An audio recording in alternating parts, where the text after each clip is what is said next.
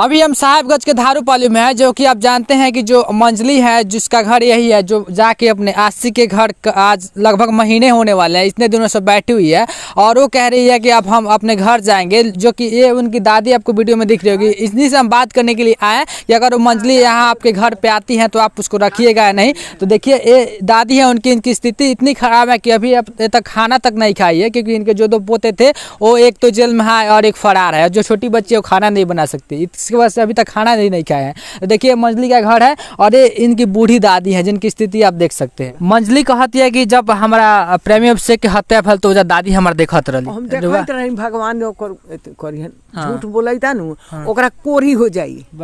हां ओकरा कोरी हो जाई, जितना झूठ बोलैता नु उतना वो कोरी होई। ई सब जवार लोग हमर जनैता ओकर नाव धरैता तो जाई तो घिसिया के लिए या मारलतन के मार के काट दी। कहती है कि अभिषेक हमार भाई दोनों भाई मारत रहे, तो हमार बूढ़ी दादी 80 साल के बिया तो देखत रहे, मनो ना करत। हां मने ना करैत लबरई के बाजार खलबे रंडो तो खोचड़ई के बा यहां रहते तो अब तो कौन उपाय हम करती। मर जा बाकी हुनका के लेके बैठ। हां आ कहते है कि हमारा घरे जाके मन करता गाँव से ना कौन ओकर घर कैसन घर कैसन ओकर घर नहीं के ए जा घरे अगर आवे के चाहे त आवे दम करे ना ना काहे ना ओकर घर है लेने के घर केकरा दुआरी रही, केकर अन्न खाई, केकर पानी पी ना चाहिए। जहाँ रहुआ खात नहीं जब रही ना हमरा लगे ना रही। अब सब जवार लोग हमको सब कहते जे ना रही। उधर रो के स्पष्ट रूप से कहती है कि हमरा के दादी इतना छोट से बचपन से पलली अब पलली, अब जाके हमरा के बारे में अनाप शनाप बोलत रहत रही। तो हमरा पर अनाप शनाप बोलत रही तो हम काहे बोलत है, तो हमरा के गलती काहे कहत रही। जब तू करनी कैले तो तू अपन साकार जे हम बोलौली हम रखली हम कैली तो बोली काहे बोलैले रहे तो बोलौन तो आयल कैसे बुलाल ना तो आयल कैसे का भइरे रात का भइरे अभिषेक के साथ का भइरे। अब अभिषेक का साथे उहे रहे सा तो उहे न जानैत होई, उहे न जानैत जे काहेला बोलौल काहेला रखलक, उहे न जानैत। उ त कहते कि हमर दादी के पास हमरा लगभग बहुत बीघा खेत बा, लेकिन उ नटंकी करता लोग से मांग खाता मांग के खाई तारी। हम अपना जिला जवार से मांग के खाई तारी, तोरा से नन मांगे जाई तारी, तू हमरा के नन देई तारू। हम अपना जिला जवार से भीख मांग के खाई तारी। हमर जीवन बा न बा अब भगवाने बुझैत होई। ओकरा उ बांट लिहन ले लिहन चलिहन ना चलिहन ना चलिहन ना। अच्छा ओकरा लाजो नहीं खिलात कि वो अपना खास दूगो भाई के फांसी के मांग करती है। अच्छा मांग करे तो मारे हमर होई तो कहीं न जाई आ न हमर होई तो हमर चल जाई।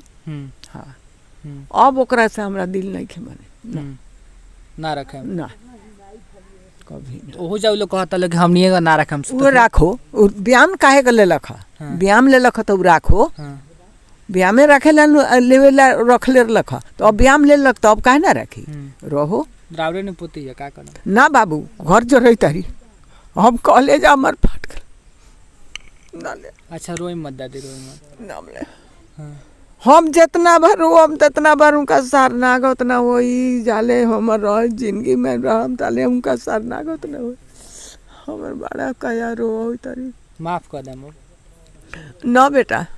हम जाले जवार से व्यवहार से निमन पे जाए हमर जैसे कही तैसे हम रह। हम जवार में रहिले हम व्यवहार में न रहिले, हम जवार में बनी। हम इतना दिन से हम ही खेला बेला हम न जानली, मरे के समय आ गए। 2-3 गो बेटी पोसली, पतो पोसली, 10 बरिस के मेहरा मतारी अल तो पोसली, सब कैली धैली, सबके पोस के पाल के एकरा जन्म के ओकरा जन्म के सबके पोसली। आज हम खराब हो गए बानी। तू जाबे हे में तो कह दे कहाँ जाता रे बाप के तोरा जाता री तोरा बाप के जाता री अहिया ननन तो कह दे तो जो कह दी है गाँव में रही है कह दिया कि हमार बाप भाई उनकरे चलते मर गए। बाप हमरा चलते तोरा चलते देखलक 2-1 बेर देखलक मरलक पिटलक, बाप न मरलक बा भाई मरलक। आ तब तू रास्ता न छोड़ ले बहिन, तू हम भीख मांग के दुख मांग के ले वही तरी कर खो खियाव हमरो के। 5 साल के बाद में पापा के बरखी कह देव तो तोहर शादी कह देव का कहलक है एमे निमने नु कहलक तोरा के। हम तेल नहीं इतना तरकारी अलगा तेल अलगा तो हम कहे काहे तो भाई कहता है जे काहे बोला तू हम जोर के लिए ले तू काहे बोला जे मन करे से करो। वो तो कहते हम खाली अब सेके से बात करते नहीं, हमारे दादे झूठ बोलती है कि 10 गो से बतिया ले। उ 50 गो से बतुआई। हाँ हाँ उ 50 गो से बतुआई उ बतुआ। हाँ हमरा उससे ओकरा से नाता हमरा न जोड़े के बा। हम जवार से हम अपन जवार में रहबा के हम व्यवहार में रहब। हमेशा खातिर रास्ता बंद हो गए घर बंद, हाँ बंद हो गए। कहाँ जाई? कतहु जाओ, कतहु जाओ। वो निकाल दी वो निकाल दम तो कहाँ जाई? तो निकाल देलबे करी। अब तो भाग गेल, हमरा चुपे भाग गेल। ओ मचान पर सुता रहे आ कहाँ दू देखलक दांत लगल का भेल, पानी पियौल लोग लिया के मचान पर धलक। हम तन के कुर्सी लेके इतना खाई ले तो भांग लेखा लाग जाले। चौकी बिछौना कुछो रहल ओठ होंग गेली। तो खैते जे सब साँझ हो गल तो कहली रे काहे न अबै तो अंजलि अब हो कही टीवी देखत हुई।